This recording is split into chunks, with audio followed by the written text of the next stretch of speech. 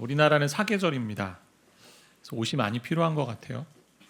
또 요즘같이 이제 계절이 바뀌는 간절기에 또 필요한 옷들도 있지 않습니까? 그래서 아침에 오실 때 오늘은 뭐 입고 갈까 이렇게 고민할 때 많이 있으시죠? 오늘도 아마 그러셨을 것 같은데 이제 3월인데 봄인 것 같고 밝은 옷을 입고 싶은데 또 조금 쌀쌀할 수도 있을 것 같고 여러 생각을 할 것 같아요. 옷은 보호를 위한 기능이 있습니다. 근데 그 기능뿐만 아니라 입은 사람의 신분이나 그리고 직업 또는 현재 상황을 좀 드러내주기도 합니다. 장례식 때 입는 옷이 있잖아요. 그리고 군인이 입는 옷이 있고요. 그리고 소방관이 입는 옷이 있습니다. 그러니까 직장인들의 유니폼을 입으면서 좀 일하는데 좀 자연스럽게 하고 싶어서 더 잘하고 싶어서 그렇게 만들기도 하지만 그 사람이 무엇을 하는지 드러내주는 그런 옷이 되기도 해요. 성경에도 옷에 대한 이야기들이 간간히 들어 있습니다. 말씀은 그리스도인으로서 입어야 할 옷에 관해서 이야기하며 시작하는데요. 12절에 보니까 긍휼과 자비와 오래 참음, 온유, 그리고 겸손 이런 것들로 옷 입으라고 되어 있습니다. 왜 이런 옷을 입으라고 할까요? 골로새서는 바울이 골로새 교회에 보낸 편지예요. 근데 골로새 교회를 보니까 거짓 교사들의 잘못된 가르침이 들어와 있는 거예요. 그래서 그것에 현혹되지 말라고 이단 방지책으로 주시는 말씀이 골로새서입니다. 거짓 교사와 이단들이 들어오면요 반드시 교회 안에 벌어지는 일들이 있습니다. 교회를 분열시킵니다. 지난번 이단 세미나 때 와서 해주신 우리 강사분 이야기가 있어요. 이단이 쓰는 수법 중에 하나가 특히 신천지의 경우 추수꾼들이 들어와서 교회와 목회자, 성도들에 대한 이런 비난을 많이 한대요. 그러면서 여론몰이를 한다는 거죠. 그리고 뒤에서 자주 험담만 하는 사람은 추수꾼 이단일 가능성이 많으니 목사님 조심하십시오 이런 얘기 하더라고요. 뭐 모두가 다 그렇다는 얘기가 아니라 그런 사람들이 많다라는 거죠. 그래서 바울은 교회 공동체의 화합에 초점을 두고요 오늘 말씀을 전하는 거예요. 신앙생활하면서 무엇이 가장 어렵습니까? 라고 이야기할 때 대다수가 많이 이야기하는 것이 관계입니다. 하나님과의 관계, 뭐 이 부분도 그렇지만 정말 주변에 있는 사람들과 관계가 너무 힘들다라는 거예요. 예수가 함께 강조하는 것이 무엇이죠? 복음이 빚어낸 삶을 강조합니다. 복음이 우리를 빚어낼 때 결과는 복음 중심의 삶을 살게 돼요. 복음으로 살아낸다라는 거죠. 그것은 하나님과의 관계뿐 아니라 주변의 사람들과의 관계 속에서 드러난다라는 거죠. 오늘 말씀은 복음 중심으로 사는 것을요 다른 표현을 써서 이야기해요. 우리가 옷을 입는 것으로 묘사합니다. 3월 다락방이 새롭게 개강했습니다. 목요일부터 시작되는 목금 주일 제가 새롭게 시작하는 가운데 다락방에 드리는 이야기 말씀을 좀 준비하게 되었고요. 근데 비단 이 말씀은 다락방 소그룹 공동체뿐만 아니라 새 학기를 시작하는 우리 학생들, 교사를 선생님을 만나고 친구들 만날 것이고 또 청년들, 또 일하는 직장인들 그리고 가정에 있는 주부들 모두에게 다 필요한 말씀이라고 할 수 있습니다. 공동체에 대한 말씀이기 때문에 우선 다락방이 무엇인지 한번 좀 생각해보고 가면 좋을 것 같은데요. 다락방은 예수가운교회 작년 소그룹의 이름이고요. 뭐 카리스트 청년부 소그룹의 이름인데요. 청년부는 순이라는 이름을 쓰고 다음 세대는 이제 반이라는 이름을 쓰는데요. 성도라면 작은 소그룹에 다 들어가게 되어 있습니다. 아직 들어가지 않으신 분들은 이 기회로 들어가기를 원하는데요. 다락방 이름의 정의는 성경에 나온 것을 근거로 해요. 사도행전에 보면 예수님이 부활하시고 나서 승천하신 후에 제자들이 마가의 다락방에 모여서 예수님이 약속하신 성령을 기다리며 기도하는 그런 모습이 있습니다. 그렇게 모인 장소를 다락방 얘기하는 거죠. 다락방에 모였기 때문에. 그래서 오카는 목사님께서 이것을 근거로 이 말씀을 근거로 과거 사랑의 교회 이제 심무하실 때에 말씀 안에서 삶을 나누고 또 인격의 변화와 영혼의 성장을 꾀하는 이 소그룹의 이름을 다락방이라고 붙이셨어요. 분당으로 교회도 그렇게 또 영향을 받았고 또 저희도 일만 성도 파송 운동을 통해 분당으로 교회 또 영향을 받았기에 다락방이라고 저희가 소그룹 공동체를 부르고 있는데요. 한때 매스컴에서 보도했던 유광수 씨의 다락방 2단과는 다른 이야기입니다. 네, 헷갈리시면 안 됩니다. 그럼 다락방 소그룹은 무엇을 하는 곳일까요? 다락방에 모여서 무엇을 하십니까? 이를 잘 보여주는 말씀이 16절 말씀인데요. 우리 같이 한 목소리로 좀 읽어볼까요? 그리스도의 말씀이 너희 속에 풍성히 거하여 시와 찬송과 신령한 노래를 부르며 감사하는 마음으로 하나님을 찬양하고 말씀이 각 개인 안에 풍성히 거합니다. 근데 거기서 그치지 않아요. 이 말씀을 가지고 서로 권면하고 또 하나님을 찬양하고 하나님 감사하는 일들을 하게 됩니다. 이를 통해 개인의 영적 변화와 성숙을 추구한다라는 거죠. 핵심어는요, 말씀입니다. 말씀을 통해 개인의 삶을 나눕니다. 말씀과 삶이 있죠. 근데 강조점은 말씀이 있어요. 무게중심은 말씀에 있어요. 이 점이 세상의 친교 모임과 다른 것이죠. 다락방 소그룹은요, 말씀 없이 삶을 나누지 않습니다. 그냥 친교만 하는 자리 아닙니다. 그냥 식사하고 교제하고 즐겁게 지내는 그런 자리만이 아니에요. 말씀이 기준이 되고 틀이 되어서 나누는 자리가 다락방 소그룹입니다. 모임에서 말씀 없이 나눌 수 있습니다. 그런데 그렇게 나눈 다락방들 보면 때가 되면요, 공허함을 경험해요. 공허함을. 말씀을 근거로 삶을 돌아보고 하나님을 찬양하며 감사하는 자리, 그 자리가 다락방 공동체라는 거죠. 이를 위해 리더, 순장을 세워서 다락방 인도하게 해요. 그런데 그 리더는요, 일방적으로 가르치는 자가 아닙니다. 함께 나누는 자리로 만들어 간다는 거죠. 그래서 성도 모두가 서로 권면하고 서로 마음을 나눌 수 있고요, 개인 안에 거한 말씀의 풍성함을 하나님의 지혜와 도우심을 받아서 함께 이야기할 수 있는 자리가 다락방이에요. 그럼 서로 좋은 것은 모방하게 되고요, 상호 학습도 경험하게 되고요, 소그룹 안에서 친밀함을 이루어가게 됩니다. 삶을 나누면서 지혜로운 조언도 하고요, 말씀을 통해 누린 은혜도 함께 나누게 됩니다. 때로는 죄에 대해 회개도 하면서 또 하나님께 기도하고 중보하며 또 서로 격려하는 일들을 하게 됩니다. 이것이 다락방이에요. 근데 이때 주의사항이 있습니다. 이 소그룹 공동체의 주의사항. 말씀을 근거로 삶을 나누는 자리이기 때문에 논쟁하지 않습니다. 정치적인 이야기로 흘러가지 않습니다. 오늘날 이제 정치 색깔, 진영 논리 때문에 양극화된 세상이 됐어요. 과연 화합할 수 있을까라는 게 고민입니다. 공존은 하는 것 같아요. 근데 이게 화합이 될까? 성경이 근거가 되지 않고 정치 성향을 가지고 성경을 이용하는 성도님들, 목회자가 너무나 많아요. 그렇게 되면 다락방 모임은 논쟁과 분열의 장이 되는 거죠. 과거에 한 성도님이 다락방에 처음 참여하시고 나서 이렇게 말씀해 주셨어요. 목사님, 다락방이 이렇게 좋은 곳인 줄 알았다면 저희 빨리 좀 참석할 것을. 서로의 이야기를 말씀과 함께 나누면서 또 힘을 얻고 기도하며 지원하는 곳이 있어서 너무나 감사합니다. 그런 고백을 들었습니다. 이런 소그룹 다락방 공동체를 잘 누리는 길이 뭘까요? 오늘 본문에 그런 이야기가 좀 담겨 있다고 할 수 있는데요. 비단 공동체, 교회 공동체뿐만 아니라 직장과 학교와 가정에서 여러분이 주변의 사람들과 어떻게 관계를 맺는가를 보여주는 말씀이라고 할 수 있어요. 말씀은 이렇게 시작하죠. 그리스도의 미덕으로 옷 입으라 라고 되어 있습니다. 12절 말씀인데요, 같이 좀 읽겠습니다. 그러므로 너희는 하나님이 택하사 거룩하고 사랑받는 자처럼 긍휼과 자비와 겸손과 온유와 오래 참음을 옷 입고. 자, 신자는 무엇으로 옷을 입는다고 되어 있어요? 긍휼과 자비와 겸손과 온유와 오래 참음으로 옷 입는다. 제가 이제 청년부 사역할 때 이렇게 소그룹이 바뀌는 때가 있습니다. 거의 분기마다 소그룹을 바꿨어요. 청년들은 많은 사람들을 좀 만나기 원해서. 그렇게 바뀔 때 첫 주에 벌어지는 현상이 있습니다. 형제자매 할 거 없이 가장 멋지고 예쁜 옷을 입고 나타납니다.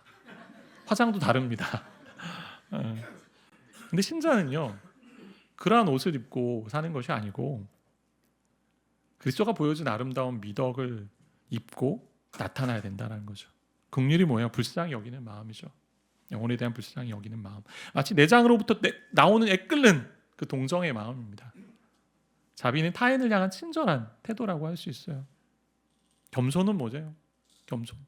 나보다 남을 더 낮게 여기는 마음이잖아요. 소중히 여기는 마음이에요. 온유는 내가 권리와 힘이 있음에도 불구하고 다른 위해 기꺼이 포기하는 부드러운 태도가 온유입니다.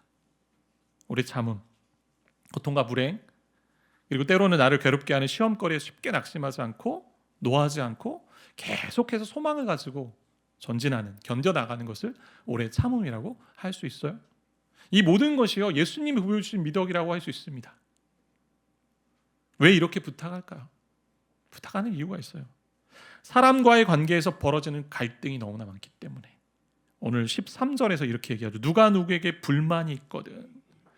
불만이 너무 많은 인생이죠. 관계 속에서 불만이 너무 많습니다. 서로에 대한 불만을 가지고 있어요. 불평합니다. 죄성을 가진 존재이기 때문에 자기 중심성으로 있는 존재이기 때문에 자기애가 강하기 때문에 다른 사람과 관계 속에서 불만스러울 때가 있고요. 불평할 때가 많아요. 작은 언행의 부분 때문에요. 마음 토라지고 상하고 불평하고 비난합니다. 역사에 보면요.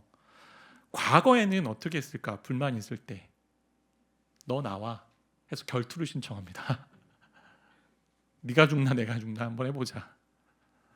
갈등이 있으면 싸우고 이겨야 했어요. 오늘날은 그렇게 싸울 수 없으니 결투를 할 수 없으니 법정으로 가는 거죠. 소송하는 겁니다. 내가 고소할 거야 이러면서. 세상은 어떻게 행동할까요? 또 이와 다르게 3장 앞 문맥을 보면요.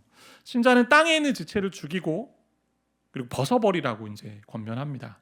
근데 그 지체들이 크게 두 가지로 구분돼요. 두 가지로. 하나는 성적인 부분이자 행동의 죄고 또 다른 하나가 8절인데요. 같이 좀 함께 8절 읽어볼 텐데 읽어봅시다. 이제는 악의와 비방과 너희 입에 부끄러운 말이라.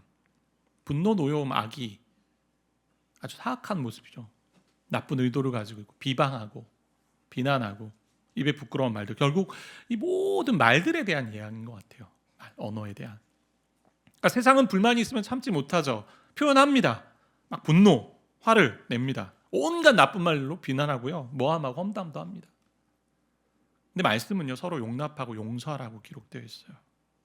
그들도 하나님이 지으신 형상이고 나뿐 아니라 그들을 위해서도 예수님이 십자가 지셨고 그런 사람을 용서하지 못하는 것이 그리스도 앞에 뻔뻔한 모습으로 서는 거기 때문에 용납은요, 저와 여러분을 해코지한 사람에 대해 참고 받아들이는 거예요.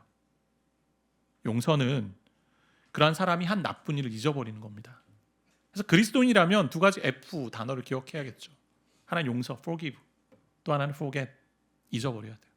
용서하고 잊어버리는 거죠. 제가 20대 때 이렇게 설교한 적이 있어요. 이제 신학교 가서 처음 어떻게 보면 이렇게 왕성할 때니까 에너지가 넘칠 때 성도들 앞에 말씀을 전하면서 처음 또 말씀을 배웠으니 이 말씀 지키지 못하는 막 성도들 향하여 막 이렇게 과격하게 어떻게 보면 그렇게 표현하며 전한 적이 있는데 제가 힘들어하고 막 불만 때문에 어려워하고 이런 사람들을 보면서 성도님들 보면서 제가 이렇게 해보자고 권면한 적이 있어요. 그리스도의 용서를 용납하는데 비난과 비판만 하는 그 사람이 이런 사람이라고 좀 생각해 봅시다. 비난과 비판을 하는데 마치 칼을 가져가서 옆구리를 찌른다는 거죠. 그렇게 찔렀을 때 그 칼을 뽑으면서 그 칼에 묻은 피를 쭉 닦아내면서 이 칼로 저를 찌르느라 너무 고생하셨습니다 라고 돌려주는 그런 용서를 해보자고 제가 그렇게 얘기한 적이 있어요. 이 영상을 혹시 그때 제가 전했던 말씀을 들은 분이 계시다면 제가 과하게 말씀드린 점에 대해 송구하다고 말씀드리고 싶고 용서 용납이 쉽지 않아요. 저도 이걸 떠올리면서 내가 이렇게 해본 적이 몇 번이나 있을까. 당신은 사랑받기 위해 태어난 사람이라는 찬양이 있죠. 잘 아시죠? 옆에 있는 분들이 사랑받기 위해 태어난 사람인데 이찬수 목사님께서 우리 분립개척 준비하는 동안 29명이 이런 얘기 하신 적 있어요. 당신은 오해받기 위해 태어난 사람이다. 그러니까 목회하면서 여러 가지 오해를 받으셨다고 하면서 저희한테 말씀해 주셨어요. 여러분들도 오해 많이 받을 거다. 근데 비단 목회자뿐 아니라 성도님 모두가 가정과 사회 또 직장 여러 현장에서 신앙생활 안에서 경험하는 지점이라고 생각이 됩니다. 최근에 오해를 받아서 힘들어하는 몇몇 성도님들 제가 이렇게 이야기를 들으면서 마음이 참 많이 아프더라고요. 그러니까 상대가 조금 더 유연하게 대하고 또 온유와 겸손과 긍휼로 받아주면 좋았는데 그 상대가 그렇지 못한 모습이 너무나 안타깝더라고요. 주 안에 사랑하는 성도 여러분, 하나님 관계 속에서 저와 여러분을 단련시키세요. 그런데 복음으로 빚어내기 위해 공동체를 사용하십니다. 우리를 빚어내시는데 그냥 허공에 진공 상태에서 빚어내지 않아요. 공동체 안에서 빚어가세요. 그 자리에 있어야, 공동체 안에 있어야 내 자아가 어떤지 보입니다. 거울 치료 아십니까? 거울 치료. 다른 사람의 모습에서 나를 발견하게 되는 거죠. 아버지의 모습에서 내가 따르고 싶지 않고 배우고 싶지 않은 그 모습이 또 발견됩니다. 자녀의 모습이 그렇고요. 또는 주변의 사람들의 모습 속에 내가 배우고 싶지 않고 따르지 않았던 모습들, 그러나 내 안에 담겨 있는 모습이 또 그 사람으로 또 드러난다는 거죠. 그럴 때 내 자아가 깨어지기 시작하는 거예요. 내가 이기적이고 나 중심으로 살고 있는지를 알게 됩니다. 자신의 죄악을 직면하는 자리가 공동체예요. 저와 여러분 사이에 힘든 사람 주위에 꼭 있습니다. 그런데 하나님은 그들을 통해서 우리의 죄된 본성을, 죄된 자아를 깨뜨리시는 작업을 하는 거예요. 그때 우리가 입고 행동해야 할 옷이 오늘 말씀 12절에 있는 것처럼 긍휼과 자비와 겸손과 온유와 오래 참음으로 옷 입으라는 거예요. 그거 입고 용서하고 용납하고 나아가 14절처럼 이 모든 것을 온전하게 매는 띤, 온전한 띤 이 사랑으로 해보자라고 말씀하고 있어요. 이게 관계 속에서 복음으로 사는 모습이죠. 성경은 마음 맞는 사람끼리 모이는 것을 사랑이라고 하지 않아요. 목사님, 저는 온 세상 사람들을 사랑합니다. 이 말에 담겨 있는 것은 온 세상 사람들도 때로는 사랑하지 못한다는 말이 담겨 있는 거죠. 왜요? 추상적인 온 세상을 사랑하면서 지금 내 곁에 있는 가족이나 배우자나 직장 동료나 뭐 자녀나 부모나 친척, 직장에 있는 그 사람, 때로는 공동체 일원, 그러면서 내가 정말 힘들어해서 눈도 마주치고 싶지 않고 그런 원수 같은 사람을 용납하고 용서하는 것, 그 사랑하는 것, 그 자리로 저와 여러분을 부르셨다라는 거예요. 하나님 주변의 사람들 통해 저와 여러분을 빚어가세요. 사람 사랑하는 것이 무엇인지를 진짜 배우게 하시고 예수님의 사랑이 무엇인지를 진짜 경험하게 하시는 것입니다. 저와 여러분에게 불만스러운 사람이 있을 겁니다. 그런데 우리는 그리스도의 미덕을 가지고 그것을 옷 입고 용납하고 용서하며 사랑으로 살아가야 됩니다. 이러한 삶을 살아가기를 정말 바라고 소망합니다. 여기서 말씀을 그치면 또 헤라 설교가 되는 거죠. 이를 어떻게 할 수 있을까요? 어떻게 할 수 있을까요? 그냥 해야 합니다, 하십시오라고 마무리한다면 또다시 행위 중심의 기독교가 되는 거죠. 당연히 실천이 필요하고요, 따르는 노력이 필요합니다. 그런데 기독교는 그 행동 이전에 마음을 이야기합니다. 마음의 동기를 움직이기를 원해요. 그렇게 원동력이 있는데요, 마음이 움직이는 원동력 15절 16절인데요 세 번역으로 보시면 그리스도의 평화, 그리스도의 평강이 여러분의 마음을 지배하게 하십시오. 이 지배하게 한다는 얘기는 평강이 심판자가 돼서 모든 삶의 상황 속에 평강으로 다스림 받으라는 얘기예요. 내가 심판자가 되는 게 아니고 이 평화를 누리도록 여러분은 부르심을 받아 한 몸이 되었습니다 라고 되어 있어요. 평화가 마음을 지배하면요, 주변의 사람들과 평화롭게 하게 되죠. 그리고 또 하나, 옆에 있는 사람들이 하나님이 내게 보내주신 사람이라는 그 마음이 있는 거죠. 그럼 서로를 대하는 모습이 달라집니다. 이런 말씀들이요, 이 15절에 이런 말씀들이 어디 있습니까? 그리스도의 말씀 안에 있잖아요. 말씀. 그래서 오늘 16절에 얘기합니다.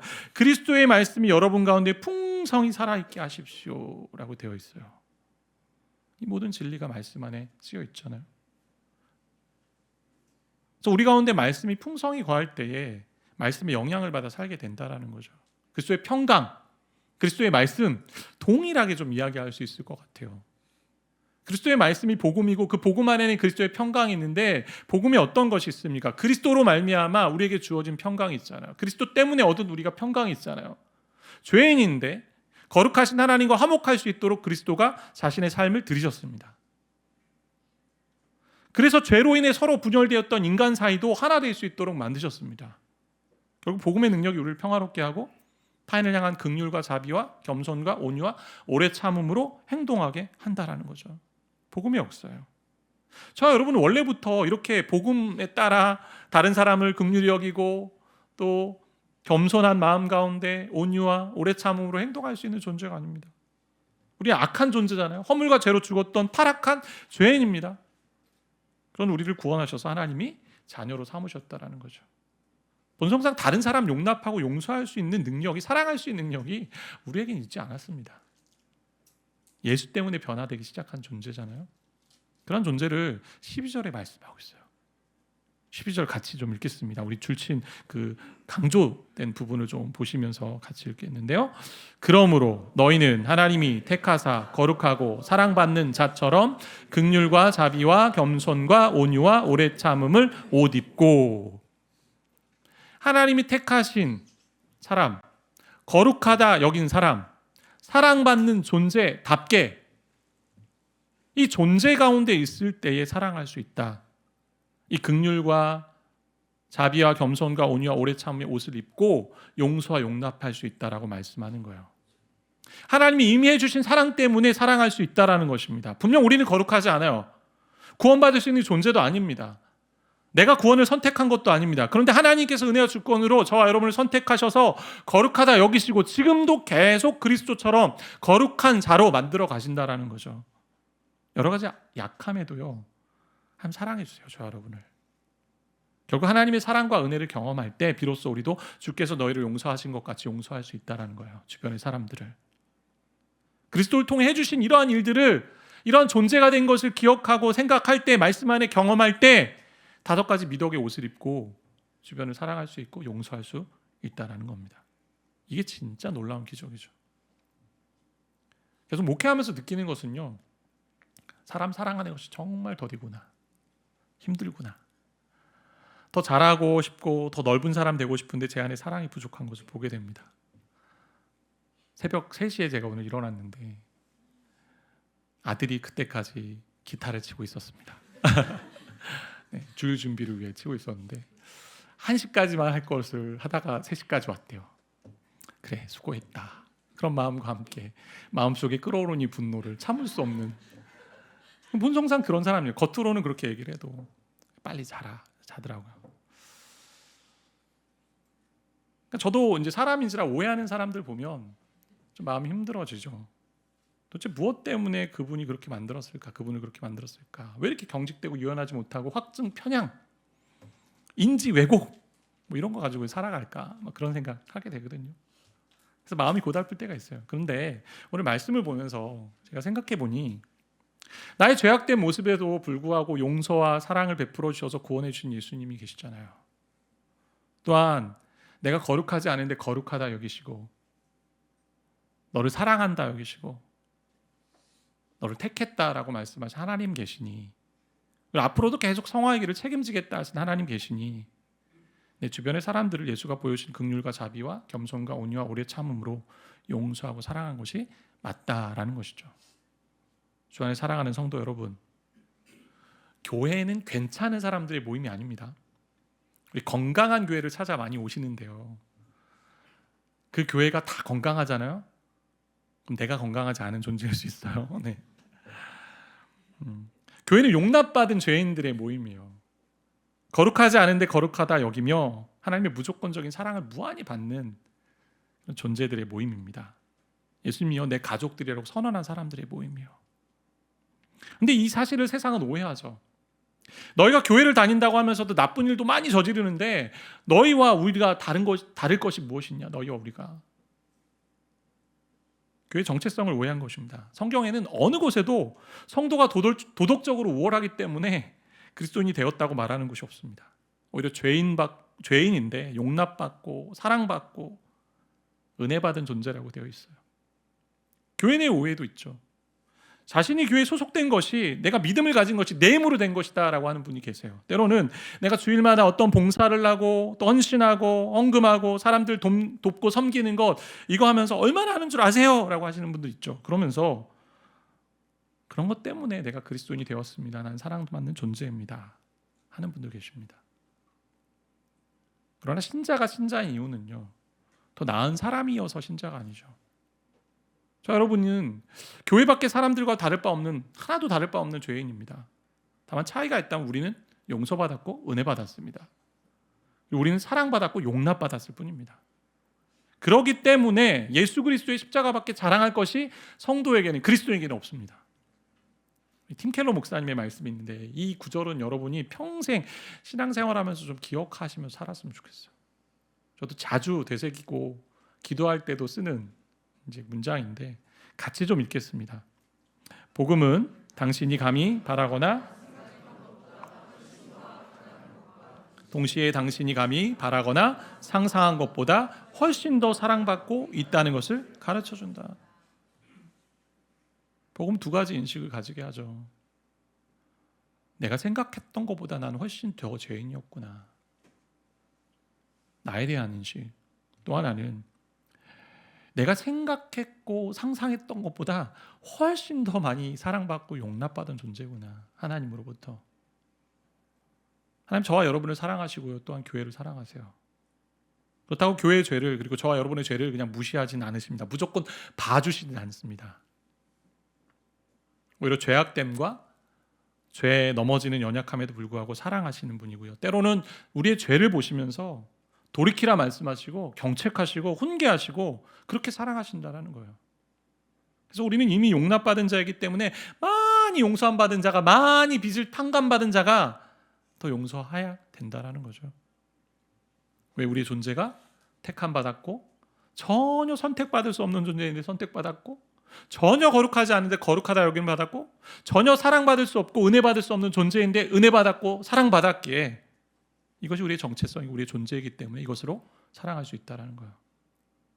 주 안에 사랑하는 성도 여러분, 저 여러분이 주변의 관계 속에서 복음으로 사는 모습을 드러내길 원합니다. 그런데 여기서 한 가지 더 기억해야 할 것이 있습니다. 오늘 15절부터 17절을 잘 보시면 이 구절을 지배하는 핵심 주제가 있는데요, 반복되는 단어를 보면 핵심을 좀 찾을 수 있습니다. 오늘 15절, 16절, 17절 잘 보시면 비슷한 단어가 계속 나와요. 15절 한번 보시면 그리스도의 평강이 우리의 마음을 주장하게 하라, 지배하게 하라, 그것이 심판자가 되게 하라 라고 얘기하면서 마지막 구절에 15절 마지막에 감사하는 자가 되라 라고 되어 있고요. 16절 보시면 말씀이 풍성히 거하니까 어떤 일이 벌어져요? 서로 노래를 부르며 감사하는 마음으로 찬양합니다. 17절 같이 한 목소리로 읽겠습니다. 또 무엇을 하든지 말에나 이래나 다 주 예수의 이름으로 하고 그를 힘입어 하나님 아버지께 감사하라. 매 구절마다 감사 등장합니다. 그러니까 사람과의 관계 속에서 불만이 있을 때 때로는 공동체 안에서 참된 관계를 유지하기 위해 가져야 할 마음이 무엇이냐? 감사입니다.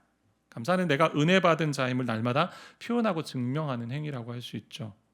내가 전에는 악한 죄인이었지만 이제는 용서받은 자임을 고백하는 거예요. 은혜 받은 자라고 고백하는 겁니다. 그러니 감사는 불평과 불만을 몰아내는 힘이 되죠. 공동체 가운데 감사함으로 대할 때 우리 안에 갈등은 사라집니다. 분열은 공존할 수 없죠. 세상은 불만족과 목마름을 끊임없이 이제 확대 재생산하잖아요. 여기 가서 또 목마름, 저기 가서 목마름. 광고의 효과가 그런 것들이에요. 우리 목마름을 부추리죠. 연예에 있는 그 집 보면서 나도 저 집에 살고 싶다. 그 입은 옷을 보면서 나도 저 옷을 입고 싶다. 계속 끊임없이 부추기는 것들이 너무나 많죠.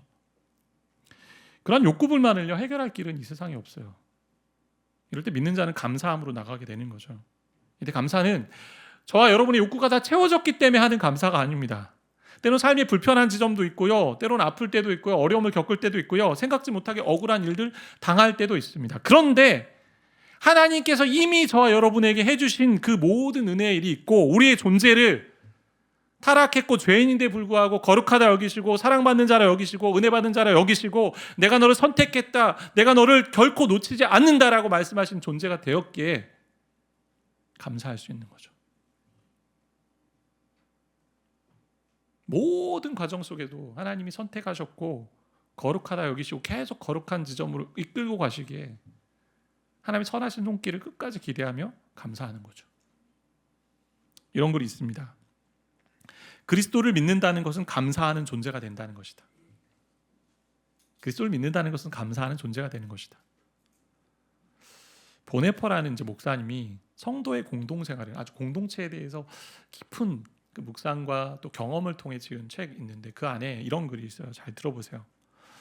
공동체에 대해 날마다 감사하지 않는다면 이 공동체는 가정일 수 있고 직장일 수 있고 또 교회 공동체일 수 있고 여러 공동체가 있겠죠. 다락방 소그룹일 수 있고 공동체에 대해 날마다 감사하지 않는다면 오히려 우리의 기대와 달리 모든 것이 시시하고 하찮다고 하나님께 계속 불평할 뿐이라면 예수 그리스도 안에 있는 기준과 풍성함을 따라 공동체를 자라게 하신 하나님을 방해하는 것이다. 공동체에 대해서 계속 불만을 표하고 불편하고 힘들어하면 하나님이 자라게 하시는 걸 방해하고 있다는 거예요. 감사는 성도의 해야 될 필수적인 실천의 모습이잖아요. 어떻게 감사할 수 있습니까? 그리스도의 말씀이 풍성히 거하면, 함께 나누었던 우리의 존재가 어떠한 존재인지를 알면 감사할 수 있어요. 그리스도의 평강, 이 복음이 경하면 감사할 수 있습니다. 최근에 여러 성도님들 보면서 흐뭇해졌던 기억이 있어요. 지난 1월 이제 한 달간 우리가 플러스 기도 챌린지 하면서 여러분들이 이제 또 기도하셨고 또 때로는 책을 함께 구입해서 책을 읽어가면서 매일마다 이제 네이버 밴드에 올리시는 그런 많은 감사의 글들이 있었고 또 나눔의 글들이 있었는데 그렇게 열심히 하신 분들에게 교회에서 이제 간단한 선물, 작은 가죽 책갈피를 이렇게 드렸는데 여러 성도님들이 만날 때마다 이런 얘기 해주셨어요. 좋은 거 주셔서 감사합니다. 밝게 인사하시고 감사가 어떠한 능력이면 아는 성도들이 우리 교회에 참 많이 있구나라는 걸 경험하게 되는 그런 시간이었는데요.